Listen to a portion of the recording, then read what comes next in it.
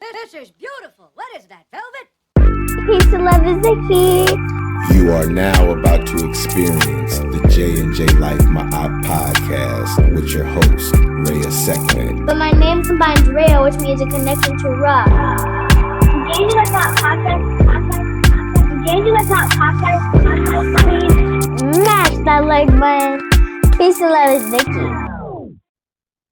B548 family, I'm Reya'Sekhmet, also known as Reya'Seki. Thank you for tuning into the J&J-Life podcast. Before we speak her name, we align. Before we dissect her truth, we bow.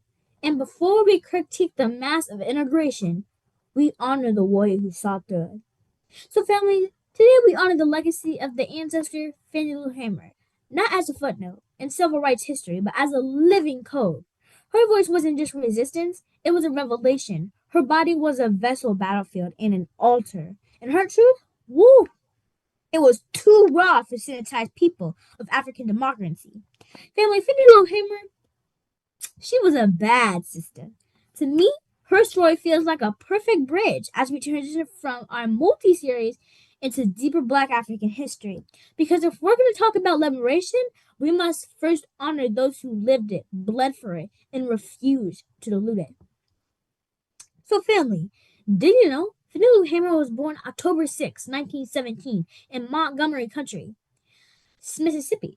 She was the youngest of 20 children, and she grew up in poverty. Can you believe that? At 6 years old, she was bribed with candy to pick cotton. Let that sit for a minute, family. Can you believe that? A 6-year-old girl, 3 years younger than I am now, pulled into the Uruguay's machinery of white land owner exploitation. As I've said in other videos, we're here to bring knowledge and point in the direction of knowledge. And I'm sure many of you are wondering, what is that word Reya'Sekhmet has just said? Urugu. So family, the term Urugu was coined by Nana Marimba Ani in her book Urugu, an African Center Critique for European cultural thought and behavior. Draws from the Dogon culture in which Urugu was being born incomplete, lacking harmony and balance, and forever seeking to dominate and control to make up for its lack thereof. You know? Nana Marimba Ani uses this method as a metaphor for the European Asili. Asili meaning seed or origin. So Nana Marimba Ani, as I've said, uses this method as a metaphor for the European Asili, the cultural seed or essence, to which is essentially fragmented as pathological. So basically, according to Nana Ani, European cultural Asili is rooted in separation, control, and domination, which manifests through imperialism, racism, and global so-called white supremacy. With that being said, now you have a foundation of the terms that you may hear me use after this episode. And I continue by 12. Mrs. Hamer left school to support her family, and by 1944, she married Perry Hamer and worked on the Marlowe plantation until 1962. Can you believe that? She was the only worker who could read and write, serving as the timekeeper, but even literacy could shield her from the Urugu system to keep her shackled. Family, did you know sharecropping was slavery with a new name? The Urugu made it seem as though it was opportunity, but it was really dependency and a ton of debit. For the family that may not know, sharecropping replaced slavery after the 13th amendment. This is where Black families worked land they didn't even own, used tools they had to rent, and received a share of the crop, barely enough to survive. That's sad, family. It was a system engineered by the Urugu to keep Black people tethered to white landowners, generation after generation. Family, let me pause right here real quick, because often we speak of our leaders in past tense, as if their fire died with their flesh. But Fannie Lou Hamer's fire was never hers alone. It was ancestral. It was the echo of every Black woman who birthed a child in slave conditions, physical and mental, and still found the strength to sing. It was the whisper of every elder who taught us how to survive with dignity. Even dignity was denied. Fannie Lou Hamer didn't just pick cotton, she picked up the mantle. She did not just read time cards. She read the signs. And when the time came, she didn't ask permission to lead, she emerged an ermine leader. She walked into the storm with her head high and her truth louder than any bullet. Do you know that in 1961, during a routine surgery, Fannie Lou Hamer was forcibly sterilized, a practice so common among poor black women, it earned the name Mississippi appendicotomy. This was reproductive warfare, genocide to say it plainly. This was abuses disguised as health care. But Fannie Lou Hamer, the superwoman that she was and is, turned that trauma into testimony. She spoke it of publicity, knowing that the cost in doing so, she exposed the intersection of racial violence and medical apartheid. Look, family, it wasn't until age 44 that Fannie Lou Hamer learned she had the right to vote. And in August 1962, she attended a mass meeting in Rouville, Mississippi, which, by the way, is her hometown. The meeting was organized by SNCC, which is the Student Nonviolent Coordinating Committee, and this gathering was more than political. It was an awakening. Fannie Lou Hamer didn't just learn she could vote. She understood that her spiritual calling was tied to political work. She joined SNCC immediately and became a field organizer. From that moment until her passing in 1977, sadly, she never left the movement. To me, this is what makes her story so powerful, because she wasn't born into privilege. She didn't have elite education. She was disabled, poor, Southern, and still she shaped national politics. Sorry about that, family. She reminds us that the leadership doesn't just require perfection, it requires purpose. I told you, family, Fannie Lou Hamer was a bad sister. Auntie, mom, grandma, she was ours, our ancestor. And let's be clear, forced sterilization wasn't Uruguay's mistake. It was policy. It was genocide by knife. And it wasn't just Mississippi. It was California, North Carolina, and beyond. Black women, indigenous women, poor women, cut, silenced, and erased. But Mrs. Hamer didn't let that silence her. She turned her womb into a weapon. Her testimony became scripture, and her pain became instruction. And in doing so, she taught us that even when they tried to erase us, we can still write our names in history. Family, did you know that in 1964, Fannie Lou Hamer founded the Mississippi Freedom Democratic Party to challenge the exclusion of black voters? She spoke at the Democratic National Convenience, exposing the brutality of segregation in Mississippi. Her testimony was so powerful that President Johnson tried to silence her with a press conference. But truth doesn't need permission, it needs courage.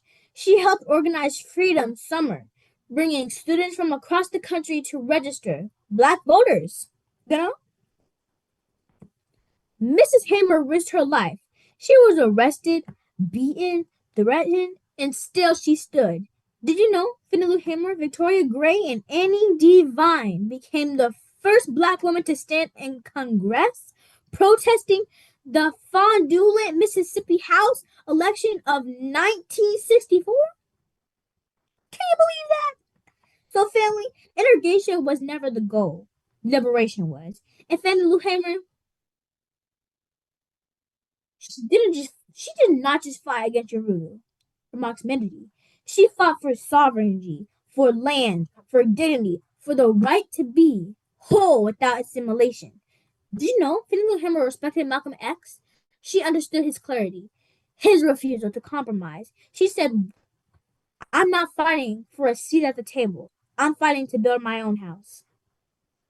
And if you listen to Dr. Khalid Abdul Muhammad, you'll hear the same fire. As he said, we didn't come here to integrate. We came here to liberate. That's not just a quote, family. That is a blueprint. And Mrs. Hamer was laying bricks decades before. Did you know? In 1971 speech at University of Wisconsin, Fannie Lou Hamer said, until I am free, you are not free either. She spoke of Goodman, Swearer, and Chaney, two Jewish men and one black man who died in Mississippi fighting for justice. She reminded us that our freedom are intertwined, that liberation is collective. Even though Urugu has no intention to be collective, Fannie Lou Hamer also reminded us that the educational system won't teach us our history. She didn't know about Dr. Charles Drew or Crispus Attucks until she did her own research. And family, that's our charge. We have to learn and to teach our people. That's what I'm doing. I'm learning and presenting the information in real time. As I learn, truth is my eye, and my eye is the foundation. Stand on truth, and you'll be all right. The power structure can't take that from you. Fannie Lou Hamer didn't just shine, she burned. And today, we carry that flame. Not for applause, not for proximity, but for liberation. Whether you vote or not, that's your choice. But let's be clear. Miss Hamer fought for freedom, and she saw through the illusion. By 1968, she said voting had become with a handful, for a handful, by a handful. She knew the game, but she never stopped fighting. So today we honor her, we invoke her, and we commit to doing ourselves. Let me say it again, because it's not just poetic, it's prophetic. Until I am free, you are not free either. That's not just about race. That's about humanity. That's about the inner connectance of struggle. And that's about the fact that no one gets comfortable while others are being crushed. And yet, we are here in 2026, still debating whether Black Lives Matter, still watching the children be criminalized, still seeing our elders die without care, still being told to wait, to be patient, to be polite. But that's the thing, family. Fannie Lou Hamer wasn't polite. She was precise, and she was powerful. Miss Hamer said, "A house divided against itself cannot stand. A nation divided by itself is on its way out." That wasn't a metaphor. That was proximity. And we're here living in the unraveling of that very existence. Mrs. Hamer spoke of being carried to see the Statue of Liberty, a woman holding a torch facing outward. And she told the man beside her, "I like to see the statue turn around to face her own problems." And the torch out of her hand, with her head bowed, because America has too many problems in its own soil. As it tries to point out in other nations, she goes on to say she couldn't stand with dignity and sing the national anthem. Oh, and you can't see by the dawn's early light, because poor oppressed people throughout this country don't have anything to help. We as Black people are behind the 8 ball, but we are slowly catching up, and we will catch up. And not by begging for inclusion, family, but by building from within. We must think Black first, African first, because once we dilute our struggle by centering others, it becomes less about what we're fighting for and more about what they're comfortable with. Like I've said many times in this episode, I walk with the ancestor Fannie Lou Hamer because her voice was a weapon. She spoke truth to power to where she made systems tremble. She reminded us that being sick and tired of being sick and tired was a weakness. It was clarity. She didn't ask to be liked, she demanded to be heard. And Baba, she said there's no need of running or saying you're not going to get in the mess. Because if you're born with a Black face in this country, you are already in the mess. So you can pray until you faint, but God is not going to put it in your lap. Look, family, this is not just a spiritual, it's strategic. Prayer without action is performance, and we've performed long enough. I quote, as Fannie Lou Hamer said, for 300 years, we've given them time. I've been tired so long now. I am sick and tired of being sick and tired, and we want to change. We want to change in the society in America. She said you can pray until you faint, but if you don't get up and try to do something, God is not going to put it in your lap. Family, that's my art. That's balance. That's action. That's the divine law that says faith without works is dead. We've been taught to wait on deliverance, but Mrs. Hammer taught us to deliver ourselves, to organize, to educate, to build, to protect. Because the Creator moves within the movement. And if we're still, we get preyed upon. So family, did you know Fannie Lou Hamer and Malcolm X stood together in Harlem in 1964, speaking truth to power at the Williams Institutional CME Church? She called Malcolm one of the best friends I ever had, a great man, and peace to the ancestor. She invited him to Mississippi. He was supposed to come on a Monday, but he was assassinated the Sunday.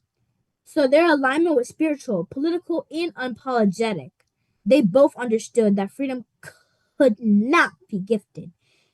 It had to be taken. And they both knew that America's sickness was not just in its laws, but in its soul. And did you know, when she stood beside Malcolm X, it wasn't just two leaders, it was two frequencies, two vibrations, two uncompromising truths. Malcolm said, by any means necessary. And Fannie Lou Hamer said, I am sick and tired of being sick and tired. That's not just a contradiction. That's union. She didn't just admire Malcolm, she aligned with him. She saw in him the same fire she carried. And when he was assassinated, she didn't mourn quietly. She mourned loudly. She mourned publicly because she knew that his death was not just a loss, it was a warning. Mrs. Hamer said, we must grow our own food, raise our own livestock in our own homes. That's not just survival, that's strategy. Family, that is nation building. That's the blueprint. And the Honorable Minister Farrakhan echoed it. Do for self, not because we hate others, but because we love ourselves. Enough to start begging. Because if you have to love us, the children, enough to stop outsourcing our future, because we love our ancestors enough to finish what they started, Ashe. Do you know Dr. Keisha N. Bland book, Until I Am Free, reminds us that Fannie Lou Hamer's legacy is not just a historical, it's instructional. She taught us that ordinary people can shape extraordinary change. So remember that truth is Ma'at, and Ma'at is our compass. So family, as I close, I want to leave you all with this. I've come to know, think Black first, think Africa first, build your own, feed your own, and never wait for permission to be free. Because as the Honorable Minister Louis Farrakhan said, we must do for ourselves. And as Fannie Lou Hamer proved, we are on our way. So family, what we do with this information now? Let's see. What I'm going to tell you. We study, we build, we teach, and we protect. And we stop waiting for Yorugu or any other system to validate us. We stop asking for seats at tables built on our backs. Or on the Honorable Minister Louis Farrakhan said on many of occasions, and I paraphrase, we have to stop begging for crumbs from their table. We can build our own, produce our own, because Fannie Lou Hamer didn't die for symbolism. She lived for substance. And if we are going to honor her, we must do more than we remember. We must replicate. Well, there you have it, family. Till next time, please absolutely the follow button and subscribe. Be a Hodie on Q Gypsum Up. Reya'Sekhmet is out. Peace and love is the key. Ra'ah represents the essence of truth, justice, harmony, balance, order, and humanitarian reciprocity and righteousness. J&J-Life podcast. The J&J-Life podcast was created to give the family a place and platform to embrace their spiritual awakening and consciousness. J&J-Life is dedicated to showcasing the beauty of our culture, educating our people and those that want to learn this work. Smash that like button. Peace and love is Nikki.